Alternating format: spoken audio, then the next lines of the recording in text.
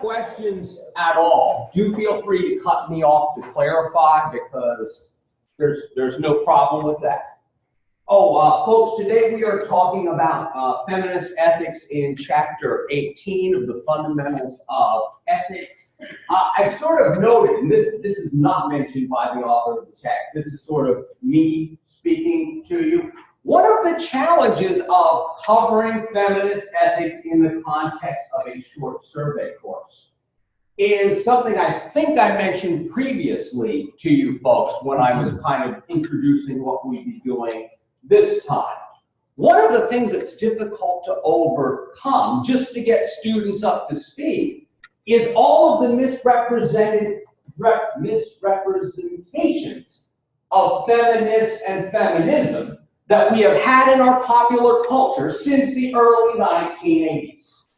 Feminism is treated as if it is one monolithic thing, that is that all feminists agree on absolutely everything, and it's a terrible thing. They hate men, and their only concern is getting not equal rights with men, their concern is actually having power over men. These are straw arguments that you are likely to hear from reactionaries. That is, people who have not actually read or listened to feminism and want other things. Feminism and feminist ethics aren't necessarily the same thing either. So when we're talking about feminist ethics, it will relate to, but it may not directly coincide with everything in our popular culture that is labeled as feminism. As a matter of fact, there's also different kinds of feminism. Just like not all utilitarians agree on everything, just like not all Kantians agree on everything, just like not all Republicans agree on everything, not all Democrats agree on everything, not all people who self-identify as feminists actually agree on everything. So a difficulty might be overcoming some erroneous things that have been told you by the mass or popular culture, as well as some of the other preconceptions about feminism and feminists.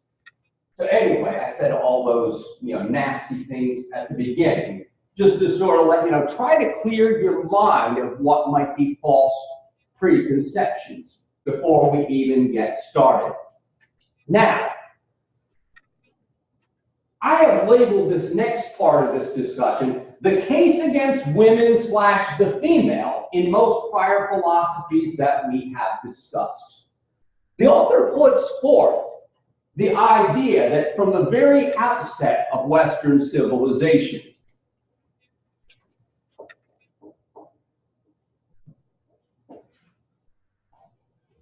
patriarchy, patriarchal notions have been embedded in the way the cultures thought about things.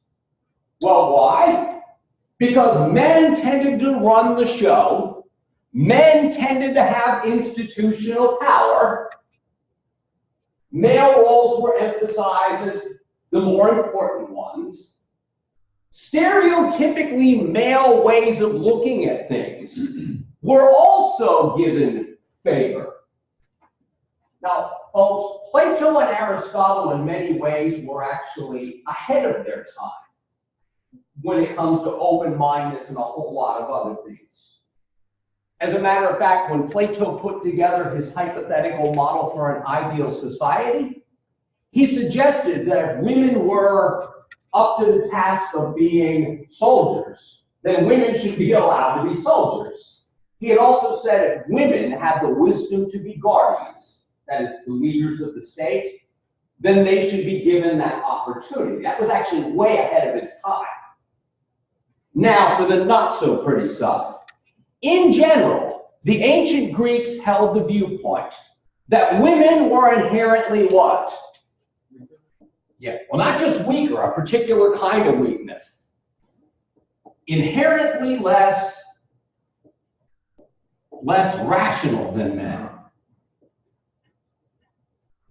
And just to sort of show you the sort of vestiges of these kind of attitudes going all the way up into the 20th century, Sigmund Freud's concept of hysteria. You know the root word of that. The uterus. In other words, women's irrational behavior was tied to them having a uterus. Of course, we now say that's what? Flat out wrong, and we would even say flat out sexist, is what those are sexist attitudes. Now, part of this claim about women being less rational and thus less equipped for moral reasoning or any other kind of reasoning, this is not my view, I'm painting their view. They also believe that women were more likely to be ruled by the passions. Passions, we're talking about what word that starts with an E? Emotions, thank you, folks. Yeah, we're talking about the emotions here. Women are stereotypically more emotional. Now, folks, I happen to think that both of these assumptions were wrong-headed from the very start. Because I laugh when I hear men say that, in essence, women are more emotional than men. Yells angry white male. He's just yelling as loud as possible and angry all the time. No, we have different socialized emotional reactions that we're told we're allowed to have. This is why I do not cry. It has been socialized out of me. I was told at a young age that's what sissies do. You're not a real man if you cry. Of course, real men punch, real men yell, real men express anger, real men punch things. By the way, my young self would not have been that way. But I was socialized into a lot of what we would call, normalized masculinity. I happen to believe this was wrong at the beginning, this idea that women are inherently more emotional than men. Says yelling, angry men. Yeah. In essence, I would have said this assumption was wrong. Now, this assumption was used again, basically to keep women's voices shut out, and also to keep women in their place. The fairer sex, supposedly, that can't think clearly because they're too emotional. Yeah, from all the way back in ancient Greece. Now, I don't really need to talk about this anymore because I kind of already done it. Institutionally sexist attitudes that can be traced back to the earliest phases of Western thought. That was really just what I was getting at. And by the way, it is only recently that some of these attitudes have somewhat changed. Notice I say somewhat changed. Because for every step that a dominated or marginalized group of people takes, there's almost always a lot of blowback from, anyone guess who the blowback's from? The dominant culture. In other words, those who are in control of the power structure typically push back. Because what don't they implicitly control? Yeah, they don't want things to change. They don't want things to change. They don't want to lose control. So yeah, unsurprisingly, for every stride that we have seen in terms of understanding, I don't want to make it about politics. I want to make it about understanding. For every advance some of us think we've made in understanding, some people have wanted to turn the clock back. Perhaps my politics are showing, but anyway. Now, I'm going to talk about what I'm calling the author's 4 points about feminist ethics as a remedy to these flaws in traditional ethical models. And in the process of running through these 4 bullet points, I'll have an opportunity to talk about some of what feminist critics would call errors in traditionalist masculine ethical models. Point 1, women are the moral equals of men. Women are not inherently more inferior at moral reasoning than men. Traditional theory suggested that women were inherently morally inferior. because they are more the slave to the passions than men. They are more tied to their emotions than men. And remember, traditional ethical theories have tended to emphasize abstract thoughts. They have tended to emphasize impartiality. You know, in other words, we're supposed to think of every single person and every single relationship equally. Well, feminist ethics will critique these ideas. Number two, the experiences of women deserve respect and are vital to a fuller account of morality. Now, I'm going to expound upon this one shortly. I'm going to do so by talking about the kinds of elements of what are typically female experiences that can actually enable women. By the way, men can also see it, because there are some men who are in these positions too. But what the author is talking about is powerlessness. The institutionally powerless will oftentimes see aspects of reality that those on the top of the proverbial societal food chain seldom see. And if they do see it, they will oftentimes find ways of justifying it or not seeing it at all, or saying, well, this isn't really morally relevant. The feminist model will say, well, these things actually are morally relevant. You're just keeping them out of the conversation. Number three, traits traditionally associated with women are at least as important for morality as those associated with masculinity. I don't think I need to hash this out much more, because I beat this to death whenever I was talking about traditional assumptions about men's character traits versus female character traits. Now, those things associated perhaps wrongly with all women, because remember, not all women have the traits that are stereotypically female. Not all men have the traits that are stereotypically masculine traits. But those associated with the traditionally female traits tend to have at least as much moral importance. And not to cheat ahead too much here, but one way of putting it is, we are embedded in a web of relationships.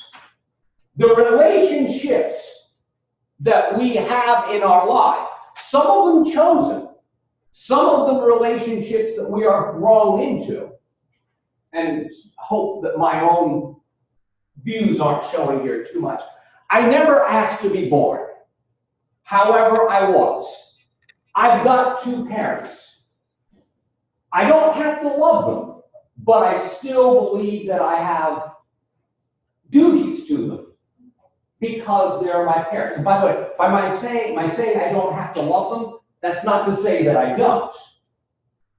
But I'm saying I believe that love is something that's earned. And that I can understand some children not loving their parents. But because my parents have done their best as far as they can to do their duty to me, I think I owe them something too.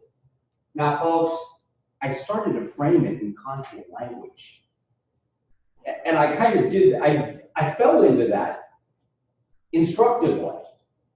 Because this kind of framing morality in masculinist ways, it's kind of been hardwired into me, because I was kind of raised with Kant and utilitarianism in my early undergrad years. In other words, it's very difficult, not to fall into these patterns for talking about things. But anywho, go ahead, Mr. Dukes. Doesn't that also apply to being raised with the Bible? Because the Bible also teaches that a woman is the rib of the man. I can't quote the words exactly, but the woman is the rib of the man and the backbone. Yeah. Well, and to say that she's the backbone is to sort of say that she's somehow subservient. Exactly. Now, so isn't that the reason? couldn't that be also why these theories of being masculine come forth also through the Bible? Because those are taught to be, a woman is supposed to be here and man is supposed to be there, and whenever the train is supposed to meet. If you understand what I'm saying? Oh, I do. If you heard what Mr. Dukes was saying, he was kind of adding on to part of this account here. Because I talked about how in Western philosophy, the sort of patriarchal relationship was kind of embedded in thought. Well, it turns out that a lot of our religious systems have also kind of exacerbated these attitudes too. Right. Now notice when I say exacerbated these attitudes, I'm kind of already showing my politics here. I don't think it's a good thing. Because it's part of the reason why for a very long time, women were viewed as little more than marital property. This is why for a time that women were viewed as little more than marital property. This is why, and I hope I'm not triggering anyone, I'm serious about that. This is why people from my grandmother's generation, if they were abused, they said nothing. To some extent, they thought that it was their place to take abuse. Or that if they were being abused, they somehow, deserved it. It was part of the way they supported their husband. And sadly enough, because not only were women sometimes viewed as little more than marital property, take a guess who else was kind of viewed as a sort of property too. Yeah, thank you, Mr. Dukes, exactly what I'm talking about. Children. And granted, I don't think my mother would mind my saying this. That was not a Freudian slip. I didn't meet my mother. My mother probably wouldn't mind my saying this. But whenever her mother's husband died in his late 30s of what is non-Hodgkin's lymphoma, completely treatable now, but in the early 1950s, it was not treatable. It was a death sentence at that time. Well, because of the economic reality in our society, Esther felt that she had to remarry. She felt that she had to remarry. It was an economic necessity. And guess what? She married a person who turned out to be a serial abuser. He didn't beat her up, but he was this may be triggering. He was a peeper. In other words, she had 2 daughters. He had constructed holes to watch them. In other words, we're talking about molestation or near molestation situations. But because children were kind of seen as objects, and because Esther was not in a position to institutionally do anything about it, she turned the other way. She turned the other way. When women are economically dependent upon men, you should expect these kind of things to happen, sadly. You should expect these kind of things to happen. In other words, these are flaws in our society. And by the way, whenever you look at all these things in abstract ways, rather than allowing yourself to feel what the other goes through, it's no wonder you might think, oh, these are morally insignificant things. When you allow yourself to look at it emotionally, you might actually recognize, well, this was wrong all along. This was wrong all along. People shouldn't be in these positions. People shouldn't feel like they can't do anything to right wrongs. People shouldn't be so put into social roles where they can't speak up for fear of getting slapped. You get the idea. And in some cases, and will tell you a little bit about me, but it might have been because of my masculine training. I would rather be slapped than poor. Physical abuse for me would be worse than not having any money. And this is sort of the dark side of masculinity, because things haven't changed very much. And this is, I think, bad for everybody's relationships. Take a guess how I was taught to think of myself. My wife didn't do this to me. My kids didn't do this to me. It's sort of just the whole institutional patriarchal attitudes I was brought up with. I am little more than an ATM. Now, how many of you remember the TV show Breaking Bad from a few years ago? I was sort of brought up with the drug kingpin, Gus Fring's mentality. A man's duty is to provide.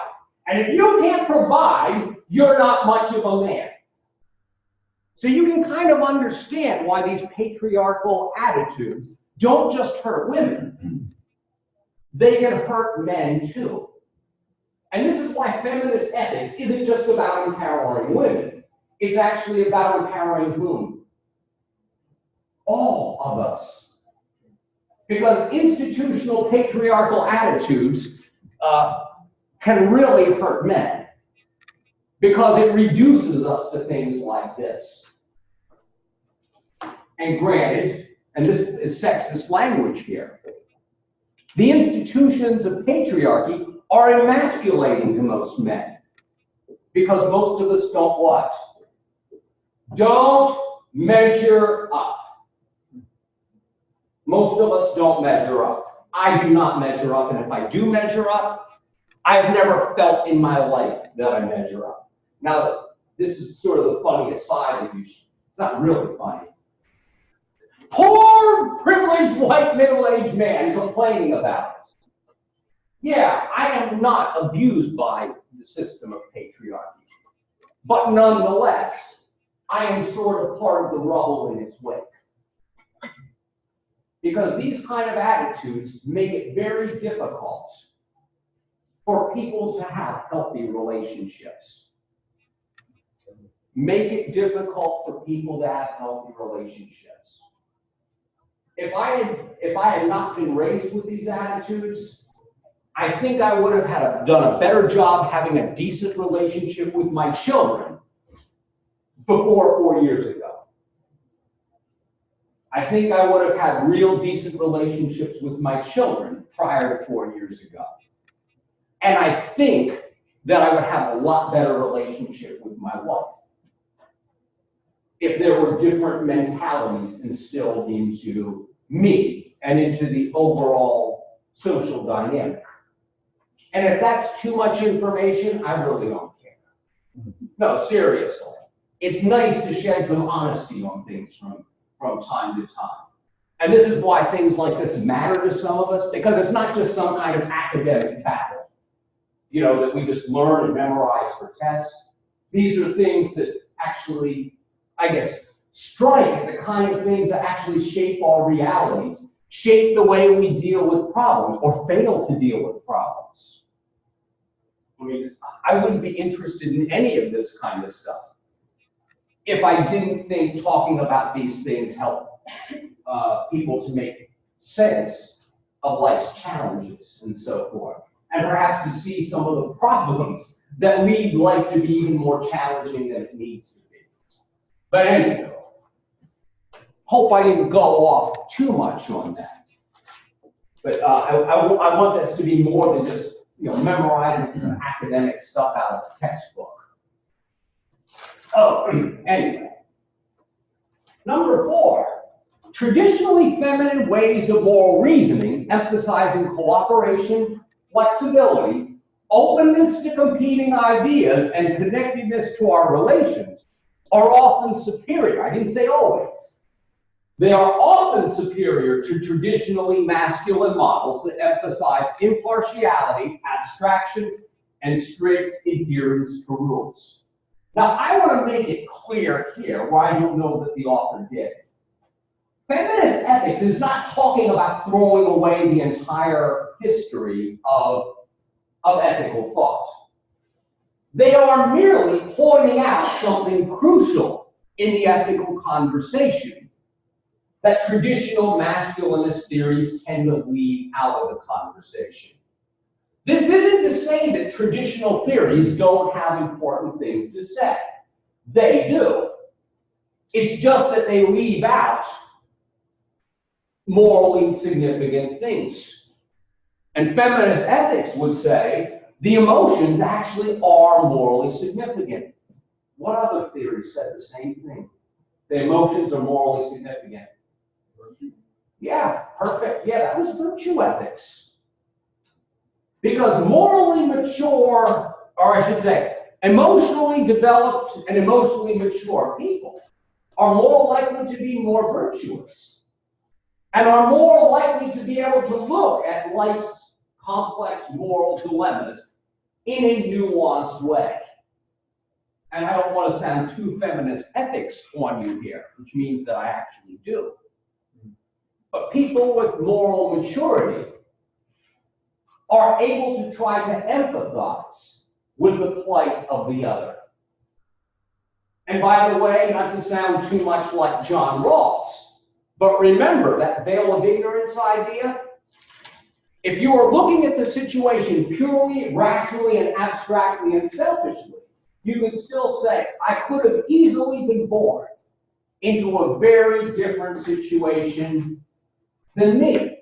Now, that would be a selfish reason to want to respect other people. And that's sort of the beef that feminist ethics would have, because there's a reason why you should want to empathize and have concern for other people, because they are other people who matter too. Now, a couple caveats, and I think I may have already alluded to this, but not in specifics. Some caveats about some of the generalizations, as well as the fact that those under the broad categories that we call feminism are often in disagreement. I already said this. Now, one disagreement that won't be on the test, but I wanted to mention to you. Feminist thinkers fall into a lot of different groups, but one sort of divide among people who self-identify as feminists. And I will admit, my jury is out on this. My jury's out on a lot of things. The more I've read about things, the less certain I am about what I think that I know. I borrowed a line like that from Socrates. Some feminist ethicists are essentialists. Now, an essentialist is a person who claims there is a fundamental nature to being something. There is a fundamental nature to being a woman. There is a fundamental nature to being a man. And there are clear and distinct biological differences that will indeed lead to essential differences in the natures of men and the natures of women. Now, this is indeed a generalization made by essentialists, because they know full well that there are outliers who have kind of been kept out of the conversation. I'm talking about people who biologically are neither fully men nor fully women. And by the way, such people have always been with us. Such people have always been with us. But of course, marginalized groups are not normal and ergo are kept out of the conversation. But essentialists will claim that there are essential differences between men and women. And it is in the nature of women to be more caring than men. Now, a constructivist is likely to deny that there is a fundamental essence of womanhood and a fundamental essence of manhood. A constructivist would say that these gender roles, gender's not a biological thing. Gender is a sociological construct. And if you've taken a psychology or a sociology class, you may have had a better conversation and a more nuanced conversation that we'll have time for here. But an observation that a constructivist might point out is the fact that if I were left to my own devices, that is, without people beating masculinity into me, I may have turned out to be very different of a person that I am. Now, it turns out, as a middle-aged person, I would say that in many ways I am stereotypically male. But it was beaten into me. I don't mean that quite literally, I mean it more figuratively. In other words, all throughout my life, I was encouraged to do things that were associated with masculinity. And when my parents found out that I preferred to hang out with girls when I was in 3rd grade, I preferred to make, like little dolly clothes and crap like that. And this is true, I'm not lying. They strongly discouraged that kind of behavior because they didn't want a girly man. They didn't want a Nancy in their family. And I don't know what I would be today. I don't know who or what I would be today if that steerage had been different. I really don't.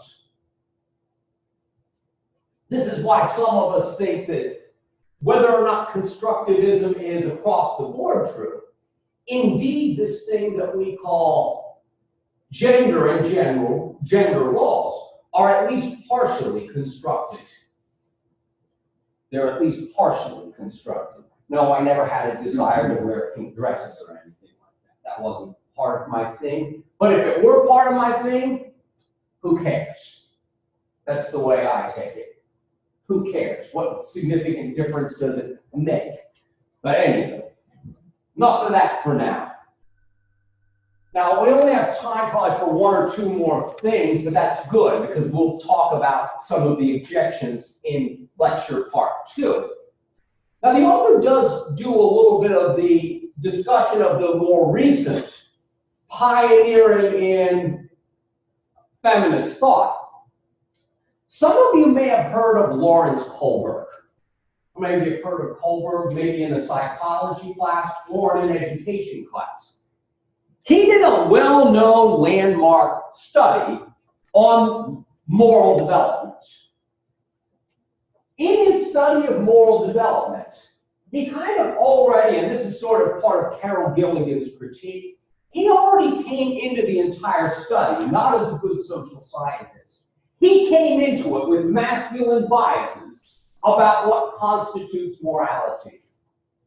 Because he had already defined full-blown moral development as being pretty much Kantian. His highest stage of moral development was Kantian. And remember, folks, Kantianism emphasizes what? Acting abstractly out of duty to the moral law. Remember, you're supposed to keep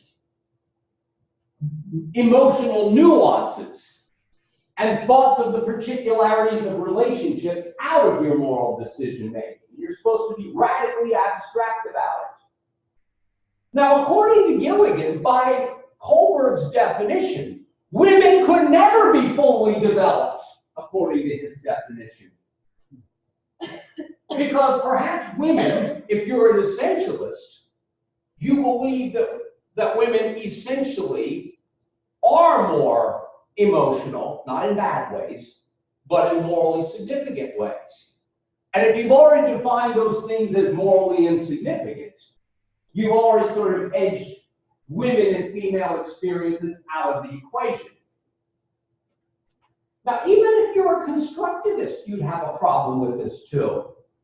Because a constructivist would say, well, women are still edged out because women are constructed to actually value emotions, relationships, and these things that masculine moralities are, told to keep out of the equation. They didn't get along in this way, obviously. Now,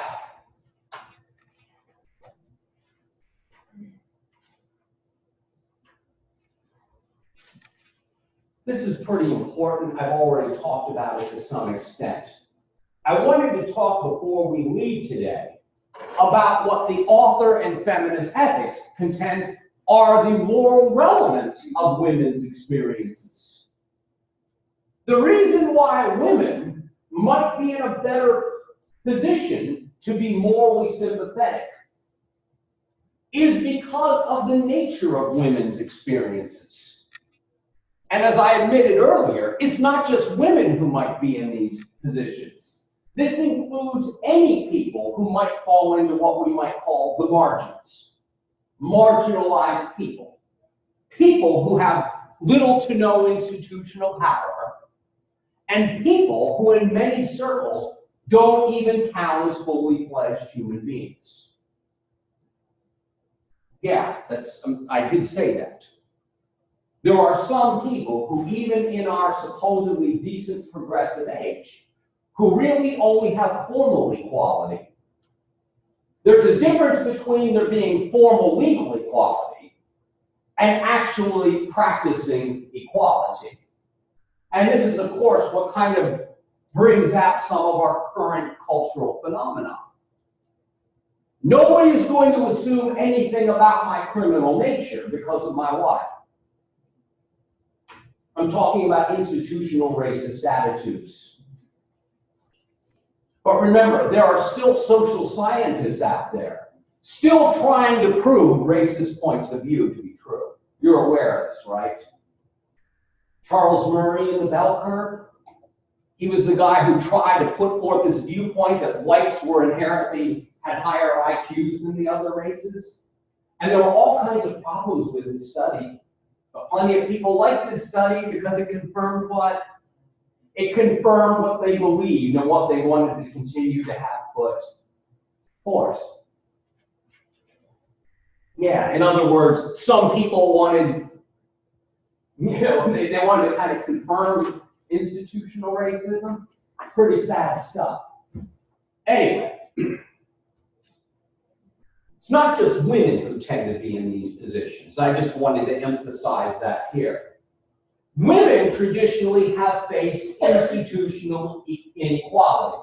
And I want to emphasize this because people mess this up and do so on their homework, in part because the way feminism in our popular culture is talked about. Political feminism, also known as liberal feminism, is mostly concerned with equal rights for women. But that's not feminist ethics. Feminist ethics cares about things like equal rights too. But rights are actually, ought to be emphasized less in ethics. Why? Because rights are abstractions. And as many times as rights have been used to try to protect people's interests, rights-based arguments have been used to oppress people. Yeah, rights, remember, feminist ethicists aren't saying that rights are a bad thing. It's just that they shouldn't be emphasized so much in our ethical models. Other things matter perhaps more. Women tend to be more often than men in dependent situations. And that dependence oftentimes puts them in vulnerable positions. Now, folks, vulnerable people are going to be more akin to the other, going to be more likely to be able to empathize with the plight of marginalized people. They will also be more likely to think that these kinds of things are morally significant. Now, some of the points that and we'll talk about the virtue of care in here, the virtue of the ethics of care here next time in more detail.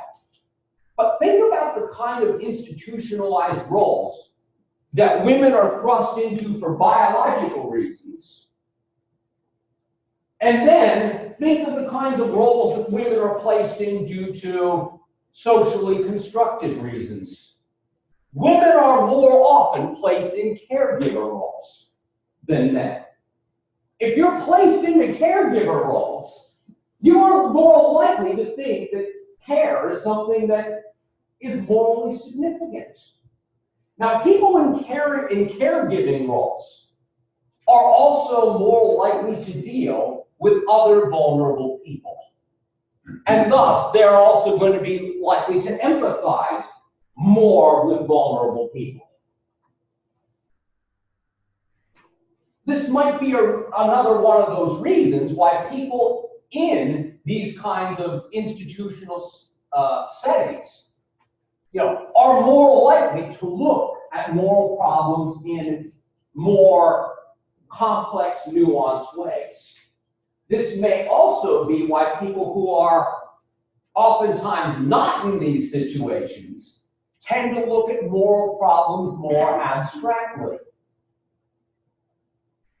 There's nothing wrong with being able to think about things abstractly. As a matter of fact, as a philosopher, abstract thought is what I'm doing almost 100% of the time. I enjoy doing it, and I'd like to think I'm not half bad at it. I like to look at things systematically.